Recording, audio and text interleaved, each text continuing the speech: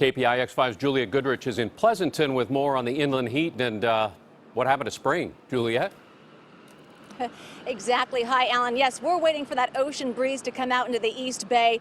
Yes, it's been hot for several days, but we actually wanted to find out how it's affecting the vineyards in the Tri-Valley, and it turns out one grower tells us the harvest may be delayed. A fountain to cool off was in order today after a rainy May and a very warm start to June. It seems spring never sprung. Did we skip spring altogether?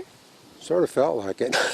The ones out there are called vertical shoot positioning. And for this family-owned hillside vineyard, These have just gone through bloom. a cold, wet winter and then skipping spring, diving right into summer means What it means is that we'll probably harvest later in the year. It was very unusual because normally you're out working the field in late March, and we didn't get much of that done, particularly when we hit May, because it rained so much. grape grower Harry Gals says sufficient drip irrigation is key this time of year. When temperatures soar, grapevines shut down and go into survival mode to protect its root system.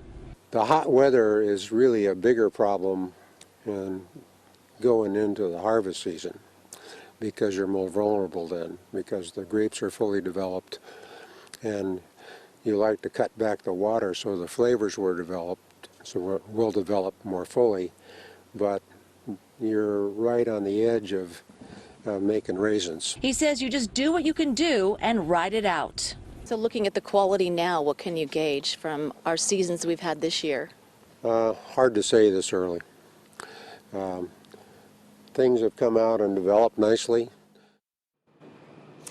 Now, a late harvest is not necessarily a bad thing. Typically, an early harvest would be September, so they're looking at possibly mid-October. The key will be irrigation all throughout the hot summer so that you can turn those grapes into fine wine and not raisins. In Pleasanton, Juliette Goodrich, KPIX 5.